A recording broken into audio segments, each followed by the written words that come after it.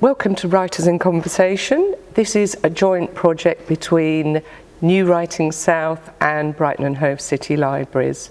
My name's Carrie and I work within the Jubilee Library, and today I'm very excited to have with me Zara Slattery, who is a local author, and we're here to talk about her book Coma, which was published in May this year by Myriad. This is a fantastic book. It's extremely moving and powerful, and that's what we're going to do today, talk about the book and about Zara's work. So Zara, it's 8 years and 3 months almost to the day since this thing happened in your life, this life-changing event, and you then, I believe, wrote Coma in 2018. Yes. Yep. And could you just give us a brief synopsis of what it was that happened to you? So in 2013, I had a sore throat, strep throat, that then developed into I guess an infection, bacterial infection called necrotizing myositis, commonly known as the flesh-eating bug. Yeah. It resulted in my losing my right leg and right glute muscle, and I was in hospital for about 3.5 months. Yeah. So had vivid hallucinations during the early part of my illness. Yes. And it was during your, when you were first admitted into hospital, during those first 15 days that you were actually in a coma, weren't you? Yeah, so I was put into a medically induced coma in those first 15 days. Yes, and I've heard that also when you are given morphine as a pain reliever, it can induce very vivid hallucinations. I've heard that from other people as well. Well, I guess I was unaware. Yeah. So, and I think I had a lot of morphine. Yes. Because, I believe that all the painkiller that they gave me, nothing was working. Yeah. So I think it was a mixture probably of morphine, and also I had severe sepsis and toxic shock. So I think with the sepsis, I was sort of like delirious with that as well. Yes. I mean, this is all documented so well within the book. So in the book, one of the things I particularly liked about the way it's put together is that each day of your coma is documented as a separate day. The other thing that I think works really well is that your husband, Dan, kept a diary throughout the whole thing, and in the book you have used his diary extracts and your beautiful illustrations to illustrate what he and your family were going through, and then what you were going through in your mind whilst you were in the coma. And I'm just going to show to the camera. So each day is documented with what I called a day cover picture. Okay. And beautifully... I don't know what that's a good thing to call it. I don't know what else to call it. I don't know what you'd call it. But I noticed that about halfway through, the cover pictures change and become suddenly more vivid and more alive as the coma sort of deepens. So it's as my mental state changes. So initially, I use symbolism in the book. Yes. And I, draw myself as a rabbit, as a prey animal initially, because I'm confused, delirious, no idea what's happening, but I feel under threat. And the rabbit represents fear. And the rabbit represents that. There's a point where things change in the middle of the book. So I was frightened for myself initially, and there's a point that my children come in, and fear for myself is then changed into fear for them, because this is a dangerous place. There are, there's threats all around, and I see then the threats to them rather than myself. Yes. So then my symbolism, my spirit animal, as it were, becomes a vixen. Right. And that's the maternal, isn't it? That's the maternal. Yes. And the reason, you know, I am a vixen, it's way back when I was, you know, a mother, first time mother, and I remember taking out my newborn out into, wrapped around in papoose, and I couldn't believe I had this most precious creature, and I was taking her outside, and I saw threat everywhere, and I felt primal, and I felt like a vixen. Oh, so yes. So she came back to the fore at that point. Right. Yes. Raw and primal. Wonderful. And there's also quite a few touches to sort of Greek mythology as well. Well, a little bit of Greek mythology, but it's primarily, I think, Norse mythology and Chinese underworld mythology and Egyptian underworld mythology. Yes. So they're the primary myths that related to the hallucinations that I'd had. Yes, yes. So talking about the illustrations within the book, firstly, I love your artwork. Thank you. I've looked at your stuff online. I've read all your other books that you've written. Really, it's really powerful and evocative stuff. In this, where you're sort of you're into the coma, and I think it's the part of the image you used for the front, this feeling of you're suddenly being sucked down under and into the water, and you can't sort of control it. There's I think these images really represent that well. And then you have this beautiful bit here that says, flanked by pain, sleep comes, and the coma's cool, protective embrace tightens. And I thought that actually was a beautiful sort of poetic way of describing how a medically induced coma can just sort of, if you like, protect you. You're just sinking into it while your body is fighting the infection. But the coma, it is a sort of protection against the outside world. It is, because you've got it's incredibly invasive treatments. Yeah. And so, that's why you're put into a medically induced coma, because mentally, how would you cope with constant pain? And, as I say, It's like if you have a terrible shock, often the human reaction is the body will shut down because it's nature's way of protecting. Yeah, and you forget as well. Yes, and then you forget, yes. Such as childbirth, for example. Yes. If people remembered what childbirth was like, then they wouldn't keep doing it. You just remember a few weeks before and certainly remember at the time. But then you have the product at the end, and it's worth it. So yes. But the images also of Dan's diary, which are sort of done they're as black and white with a kind of bluey grey wash in parts. So I drew it purposefully stark for a number of reasons. One, I knew it was going to be really detailed, lots of cars and buildings, and I thought it's only so much work I need to give myself. And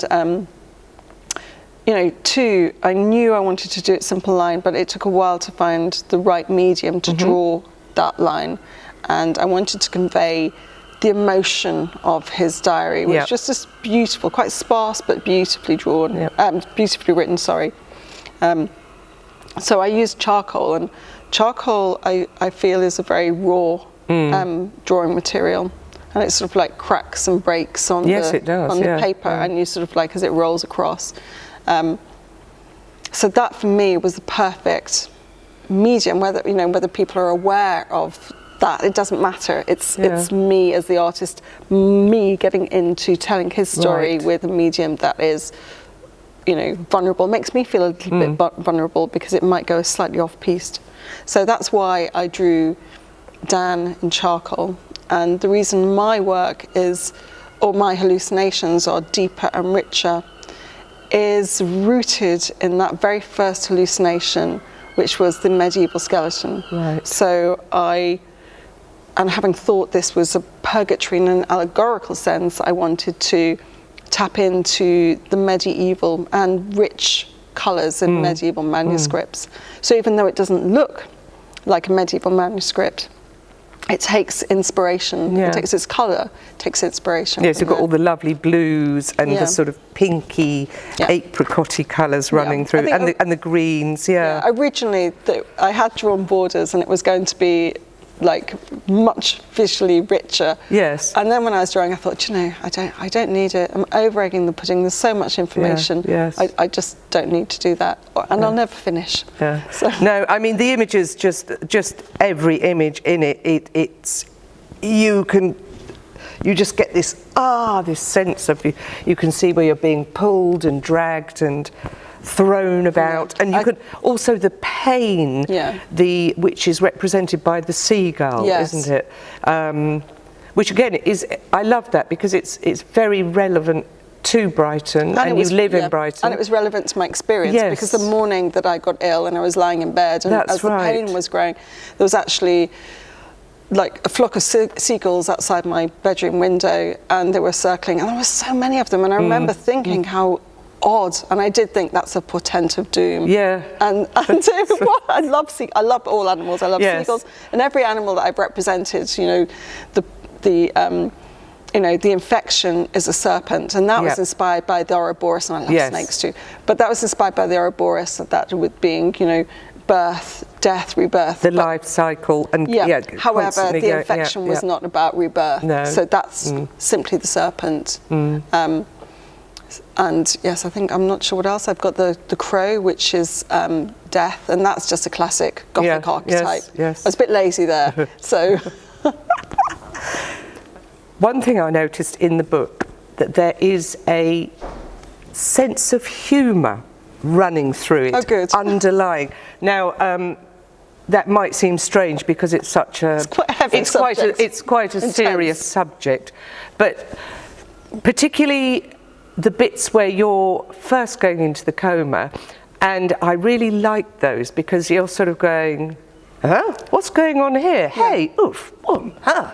And there's those little touches that just lighten it a bit, and then you think, oh, and it's as if you're looking down at yourself and thinking, oh, well, where am I? I don't know where I am. That's exactly how I felt. You know, initially I saw a medieval skeleton spiralling. I felt it was on like a plain white tile, you know, just spiraling across my line of sight, and I was bemused by it. I thought it was curious, and I was just like, okay, that's strange. And I was, you know, I didn't have any peripheral vision. It was very, very dark. It was like charcoal dark. And I knew I couldn't open my eyes, and I thought, well, I'm sort of awake, but I'm not awake. I'm not dreaming. This definitely isn't a dream, because I'm questioning in a way that I just would not have. I wouldn't have agency in a dream like this. So initially I was definitely me, awake. And then later, very soon later, I was actually living it. And I saw, you know, people at the end of my bed, and their faces were half skulls. And, the medical team. The medical team. And that was terrifying, because that's what I saw. You know, it wasn't going, gosh, you're curious or anything. I was just going, okay, I'm scared. And then I think my world just sort of like crashed. And at the back of the book, there's this lovely purgatory map.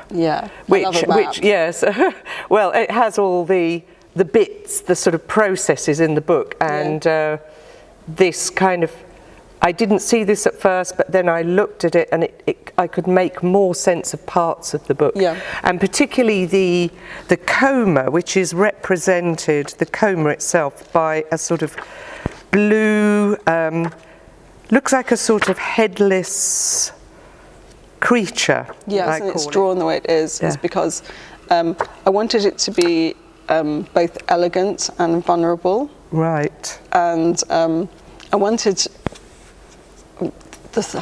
be able to have an emotional response to it. So you have these spindly legs. It's a little bit like a giraffe. Yes. and it moves in a sort of like, Yeah. you know, in a very elegant way. I think, you know, I think a medically induced coma is quite an elegant thing, and then it's not. So it's. But I wanted it to, it's strong and it's vulnerable. So that's why I drew it the way I did. Yes.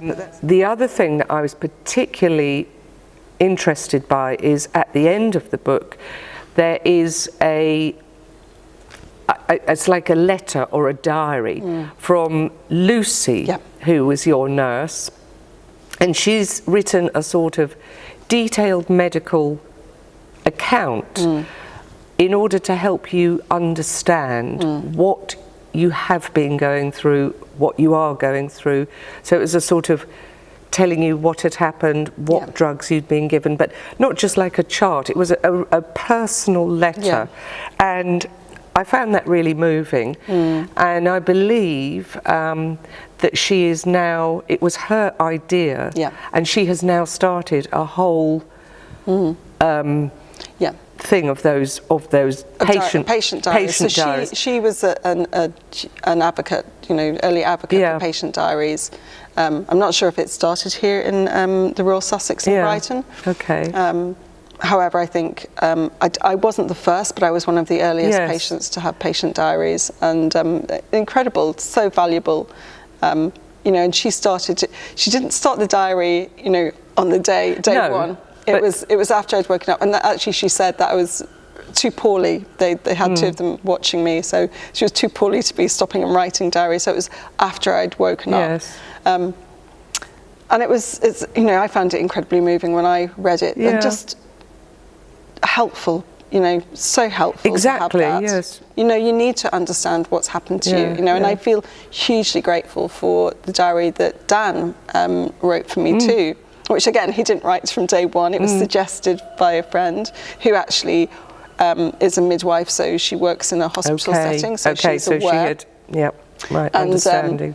So she had understanding, and you know, at the time, writing diary was really useful for him. It helped him make sense of what was happening on a day-to-day basis. He talks a bit of it as a bit of a brain dump. Something for him to do, just to it's a focus, isn't it? It's absolutely focused, so he just knows what's happened, keep track of things, who's bringing food, and what.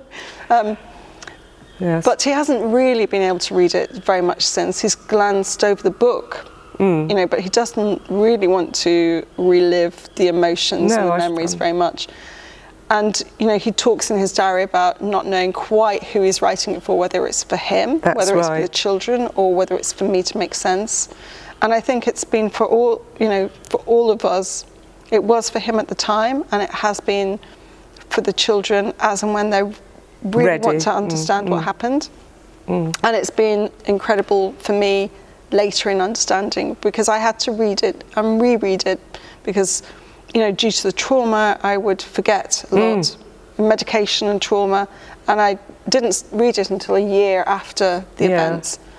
And then I'd sob, and then I'd read it again, and I'd see something different, and then I'd sob. So it took a long time before I could actually work with it and be objective with it, and I had to get to the point where I could be objective. But having him bear witness to what happened, he experienced this too. It was a shared experience, and you know that it means a great deal. It makes you feel less alone, really. Absolutely, yes. That's vital in, I think, recovering. Yes. So you know, I was not only aware of what I'd been going through, but I was aware of the emotional turmoil that he'd been through, and you know, of course, my children had no idea that I was potentially going to die either. They were just aware that I'd had, you know, a very high amputation, because I lost my leg and my glute muscle due to, you know, the fact the infection had been, you know, so invasive. And I think your youngest child, he thought, when he came to visit you, and you were awake by then, he thought that you could grow another leg. Yes. Wouldn't that be great? It would. I'd love that. Actually, I'd just like to grow another buttock. That would be enough for me. Maybe one day someone will come up with a solution. Yeah. I think having I think what I'd probably quite like is a prosthetic that works. That would be good. You know, I think he talks about having a robot leg, and that's right. You can get some really good prosthetic legs, but unfortunately, when your amputation is as high as mine, it's not quite straightforward. Right. So. Yeah. Often when people think of graphic novels, they think of superheroes and they think of Batman and Spider-Man and or that sort of thing. Which are great. Which are great. But to me, graphic novels open up a whole new world, and they're not just that. There are a number of graphic novels that have been written on different people's experiences, such as depression, anorexia, bulimia, near death, losing children. There's just some amazing ones. Well, I think that a lot of them come under the umbrella of graphic medicine. That's right. Which is, you know, incredible. Graphic medicine is amazing. I think the phrase was coined by, I think you've got the book there, Dr. Ian Williams. Oh yes, yes, yes. And there's a conference every year, which is where I first presented the introduction to Coma in 2016. Right. That's where I first started. Yes. And then I realised I wasn't ready to write it. Okay. I wasn't emotionally strong enough to write it. So I went back. Yeah. And it was that, I think it was a graphic medicine, because I think it goes between the UK and the States or Canada. Every year it swaps. Yep. This year it's been online. And I think it was in the 2019 Graphic Medicine Conference was here in Brighton, and I was presenting my progress on Coma, because it had been shortlisted for the Myriad First Graphic Novel competition in 2018, and it was shortlisted, and that was amazing to be shortlisted. But then I went back to the drawing board and ripped it up, and I went, enough, I need to go back and find the perfect medium, and just throw myself into it and plan, which I did. It's been quite a learning curve to work on such a big piece of work, a big comic. And then I presented at the 2019 Graphic Medicine Conference. Yeah. And so many people just wanted to read the book. They wanted the book to happen. So Corinne from Myriad said, okay, before the day was out, we're going to do this. Brilliant. So I was like, oh, good. Well, I'm very glad you did persevere, because this truly is it is an amazing book, and I mean, it's, as I said, it's very powerful, very moving. I certainly cried the first time I read it. I was, and I think each time I've read it, so I've read it half a dozen times cry a now. Less. that each time I read it, I get something more out of it, and I see more detail or things I might have missed. So and that's what I love about graphic novels, because you can read them and read them over. Just go back to them. And so, yes, graphic novels aren't just superheroes. No. They open up a whole new world. Yeah. And we do have a really good selection here at Jubilee. Yeah. So Zara, do you visit the libraries in Brighton and Hove? Are you a regular user? I am a regular user. That's fantastic to hear.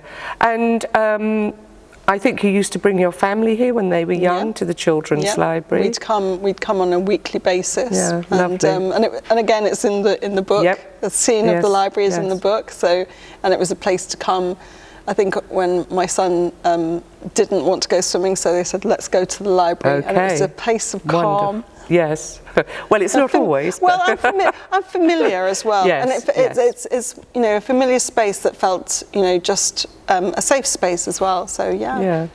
Zara, thank you so much for taking the time to come and talk to me today about your book, Coma. Thank you. It's available within the Brighton and Hove libraries, and also available at all good bookshops. So I've really enjoyed talking to you today, and it's been lovely to meet you. And you. Thank you very much. Thank you.